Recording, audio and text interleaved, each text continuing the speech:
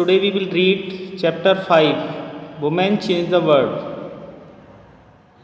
And in the previous chapter, we saw how women's work in the home is not recognized as work.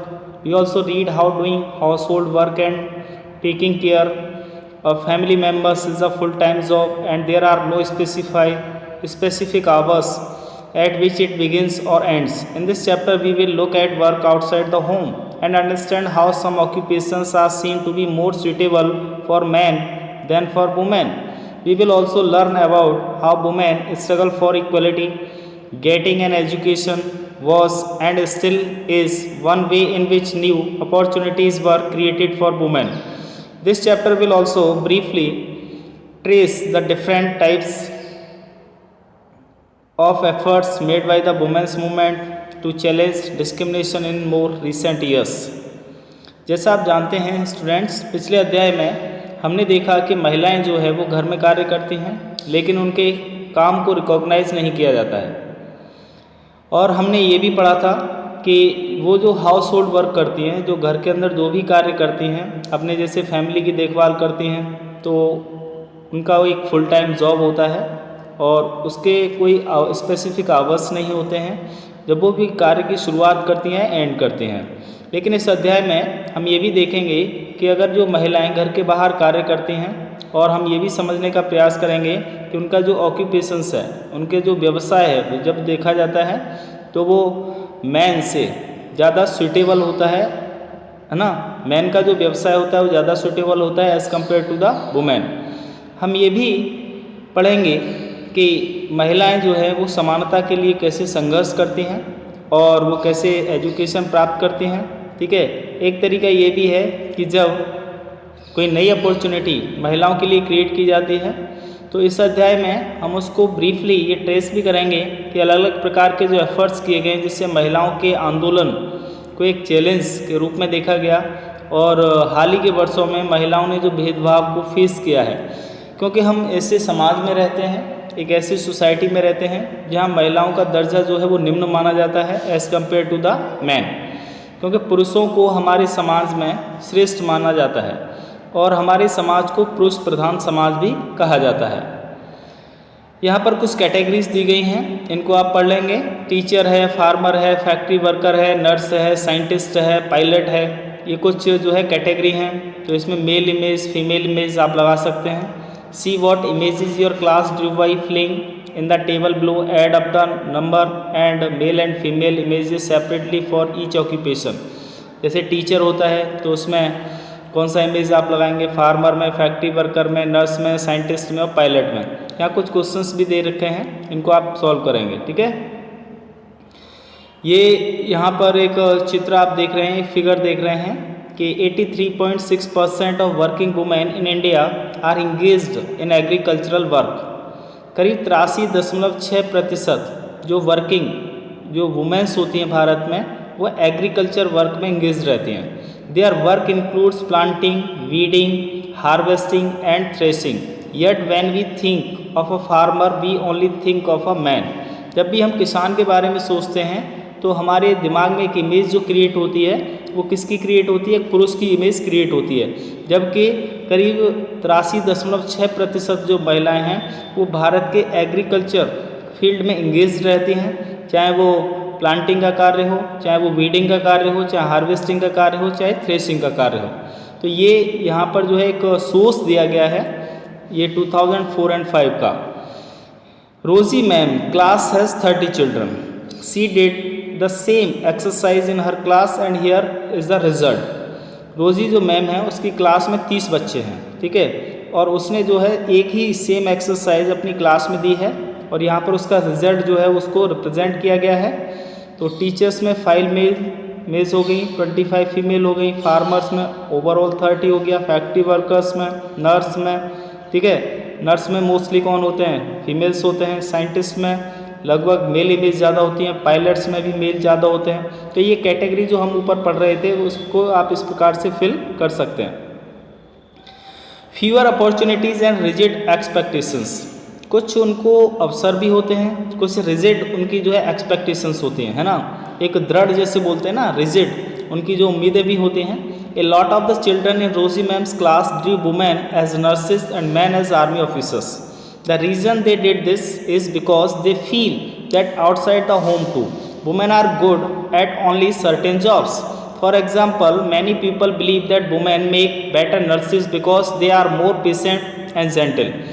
This is linked to women's roles within the family. Similarly, it is believed that science requires a technical mind and girls and women are not capable of dealing with technical things.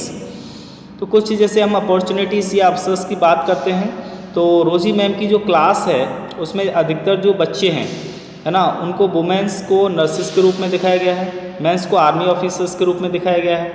इसका कारण क्या है? क्योंकि ऐसा महसूस भी किया जाता है, ऐसा लगता है कि जो महिलाएं हैं वो घर के बाहर कार्य नहीं कर सकती हैं, तो वुमेंस जो होते हैं उनके लिए कुछ निश्चित जो कार्य हैं वो निर्धारित हैं। उदाहरण के लिए बहुत सारे लोगों का मत ये भी होता है, विश्वास होता है कि महिलाएं हैं जो वो केवल एक बेहतर नर्स हो सकती हैं क्योंकि वो ज़्यादा पेशेंट भी होती हैं और ज़्यादा जेंटल भी होती हैं।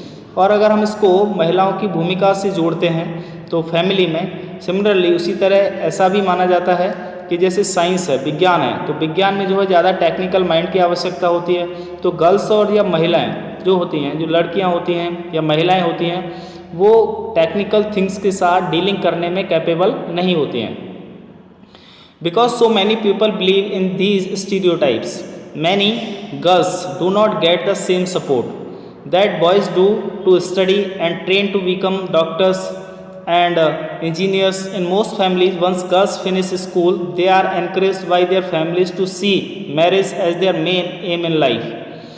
क्योंकि बहुत सारे लोग जो हैं उनको लगता है कि कुछ ऐसे हमारे यहाँ स्टीरियोटाइप्स भी होते हैं, ऐसी मान्यताएं भी होती हैं कि बहुत सारी जो लड़कियाँ होती हैं, ठीक है, उनको सेम सपोर्ट मिलता है बॉयज़ की तरह स्टडी करने के लिए, है ना, और जैसे उनको ट्रेन करने के लिए, डॉक्टर्स बनाने के लिए, इंजीनियर्स बनाने के लिए। ऐसा नहीं है कि कुछ ऐसा जो अगर हम कहें कि स्टीरियोटाइप्स हैं जिनके कारण जो है ऐसा नहीं होता है। बहुत सारी फैमिलीज़ में ऐसा होता है कि एक जो लड़की होती है जब वो अपना स्कूल फिनिश करती है तो उसके बाद उसको प्रोत्साहित किया जाता है, एनकरेज किया जाता है कि उसके परिवार के द्वारा वो अपनी शादी के बारे में देखे, है ना, क्योंकि उसकी इस लाइफ का जो मुख्य उद्देश्य है ना।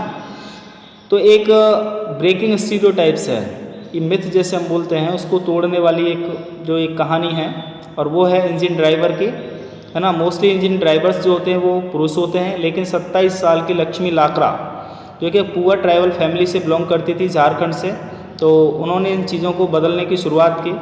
सी is the first women engine driver of northern railway. उत्तर रेलवे में वो पहली जो है महिला इंजन ड्राइवर थी, क्योंकि मोस्टली हम ये जो सोचते हैं कि जो ट्रेन चालक जो होते हैं वो कौन होते हैं? पुरुष होते हैं। Lakshmi's parents are not literate but they struggled and overcame many hardships to make sure that their children got an education. Lakshmi studied in a government school. Even in school, Lakshmi helped with the housework and did odd jobs. She studied hard and did well and then went to get a diploma in electronics. She then took the railway board exam and passed it on her first attempt. तो लक्ष्मी के जो parents हैं वो पढ़े लिखे नहीं हैं, अशिक्षित हैं एक तरीके से, लेकिन उन्होंने संघर्ष किया। बहुत सारे जो है संघर्षों के बाद उन्होंने अपने बच्चों की एजुकेशन को श्योर किया। लक्ष्मी ने जब स्टडी की एक गवर्नमेंट स्कूल से, उसके बाद लक्ष्मी को जो है हाउस वर्क में भी सहायता करनी पड़ती थी और भी बहुत सारे जो और जॉब्स करने होते थे। उसने अच्छी पढ़ाई की, कठिन परिश्रम किया और कठिन परिश्रम के बाद उसने जो है इलेक्ट्रॉनिक्स में एक डिप्लोमा भी किया। फिर उसके बाद उसने रेलवे बोर्ड का एग्ज़ाम पास किया। अपने पहले ही अटैम्प्ट में उसने रेलवे बोर्ड का एग्ज़ाम भी क्रॉस कर लिया था। लक्ष्मी कहती हैं, I love challenges and the moment somebody says it is not for girls I make sure I go ahead and do it. Lakshmi has had to do this several times in her life. When she wanted to take electronics, when she rode motorcycles at the polytechnic, and when she decided to become an engine driver. तो लक्ष्मी कहती है कि मुझे चुनौतियों से प्यार है और ऐसे मोमेंट से जो सभी लोग कहते हैं कि लड़कियां नहीं कर सकती हैं, लेकिन मैं श्योर करना चाहती हूँ कि हम आगे जा सकते हैं, कर भी सकते हैं। तो लक्ष्मी ने करके भी दिखाया, अनेक समय पर करके दिखाया अपने जीवन में। जब वह चाहती है कि उसे इलेक्ट्रॉनिक्स लेना है तो उसने लिया। जब वह मोटरसाइकिल चलाती है पॉलिटेक्निक स्कूल जाने के लिए, और जब उसने निश्चित किया कि उसे इंजन ड्राइवर बनना है तो उसने करके दिखाया, क्योंकि उसने चैलेंजेस को एक्सेप्ट किया। तो ऐसा नहीं है कोई जो है कार्य नहीं कर सकती लड़कियां सब कर सकती हैं, बशर्ते कि चैलेंजेस को एक्सेप्ट करना आवश्यक है। जब तक चैलेंजेस को एक्सेप्ट नहीं करेंगे तो हम आगे नहीं बढ़ सकते हैं। हर फिलॉसफी इज सिंपल, उसकी जो सोच है वो साधारण है। As long as I am having fun without harming any one, as long as I am doing well and helping my parents, why should I not lead a life style of my choice. ठीक है, जैसे उसने सोचा है ना कि बिना नुकसान पहुंचाए किसी को, है ना, बिना कोई नुकसान पहुंचाए जो है, जैसे ही मैं ये अच्छा करती हूँ, अपने पेरेंट्स की मदद कर रही हूँ, ठीक है, जो मुझे करना चाहिए, और ये किससे मुझे अपनी लाइफ जीनी है, तो ये मेरा लाइफ स्टाइल कैसा होगा, ये मेरी स्वयं की इच्छा है। तो ऐसा जो है लक्ष्मी कालरा कहती हैं। तो लक्ष्मी कालरा जो हैं, लक्ष्मी लाकरा सॉरी, वो एक फर्स्ट इंजन ड्राइवर थी इंडिया में, झारखंड से बिलोंग करती थी। उन्होंने स्टडी किया, मेहनत की, इलेक्ट्रॉनिक्स में डिप्लोमा लिया, उसके बाद रेलवे बोर्ड का एग्ज़ाम पास किया, और after that she was become a engine driver. Okay, it is important to understand that we live in a society in which all children face pressure from the world around them. Sometimes these come in the form of demands from adults. At other times they can just because of unfair teasing by our own friends. Boys are pressurized to think about getting a job that will pay a good salary. They are also teased or bullied if they do not behave like other boys. You may remember that in your class 6 book you read about how boys at an early age are encouraged not to cry in front of others. ये भी बहुत महत्वपूर्ण है समझना कि हम जिस समाज में रहते हैं वहाँ सभी बच्चे जो हैं वो प्रेशर को फेस करते हैं, उनके लिए काफ़ी जो है दबाव रहता है, और ये पूरे विश्व में है ना, विश्व के चारों ओर हम देखें तो दबाव भी रहता है। कुछ समय क्या होता है कि ऐसा भी होता है कि एडल्ट्स के लिए भी कुछ डिमांड्स होती हैं, और अन्य समय में जैसे कि फ्रेंड्स होते हैं, फ्रेंड सर्कल में भी ऐसा हमको फील होता है कि हमारे ऊपर प्रेशर है, बॉयज़ को ज़्यादा प्रेशराइज किया जाता है, उनके बारे में ज़्यादा सोचा जाता है, ठीक है, और वो जब जॉब के लिए जाते हैं तो उनके लिए ये बहुत ही एसेंशियल भी होता है कि उनको अच्छी सैलरी मिले, और इसी कारण से जो है उनके साथ इस प्रकार का बिहेव जो है, लड़कियों के साथ जो बिहेव किया जाता है एज़ कम्पेयर टू बॉयज़, वो ठीक नहीं होता है।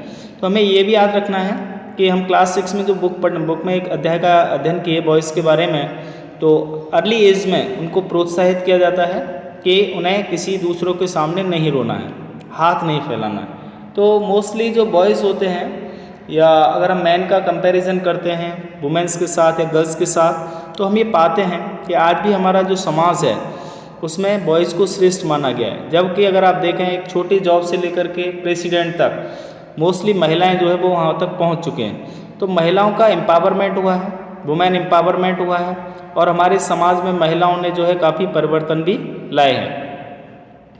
लर्निंग फॉर चेंज, है ना, स्टडी के लिए क्या परिवर्तन हुए, लर्निंग के लिए क्या क्या चेंजेस हुए। Going to school an extremely important part of your life. As more and more children enter school every year we begin to think that it is normal for all children to go to school today.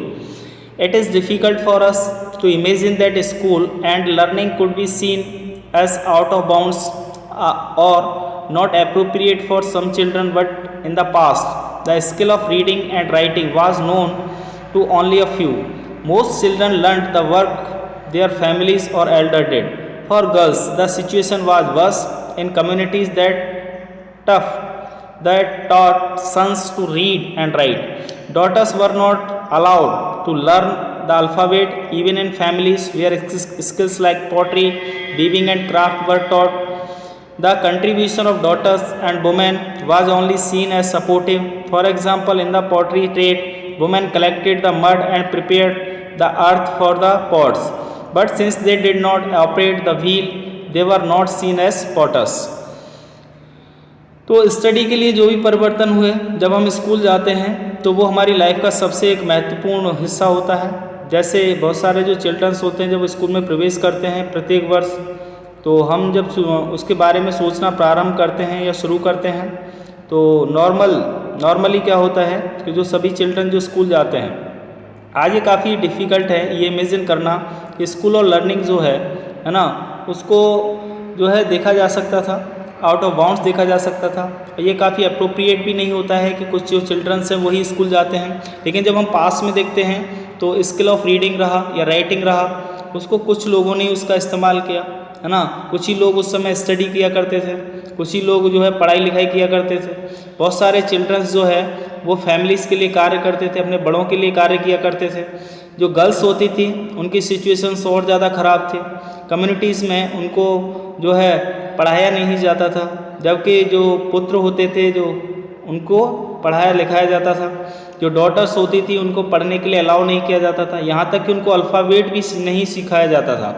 लेकिन family के अंदर जहाँ पर जो है skills को develop किया गया, जैसे पॉटरी स्किल हो, वीविंग हो, क्राफ्ट हो, ये सब उनको पढ़ाए जाते थे। ठीक है, तो डॉटर्स का जो कंट्रीब्यूशन रहा महिलाओं के रूप में ये देखा गया वो काफ़ी सपोर्टिव रहा है। फॉर एग्जांपल जो पॉटरी ट्रेड होता है वो महिलाएं उसको कलेक्ट किया करती थी।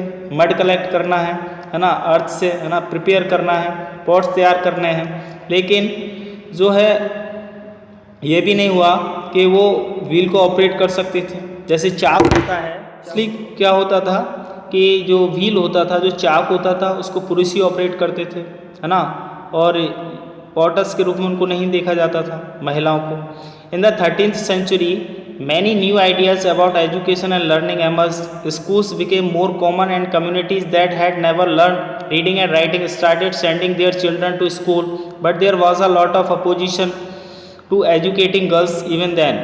Yet many women and men made efforts to open schools for girls. Women struggled to learn to read and write.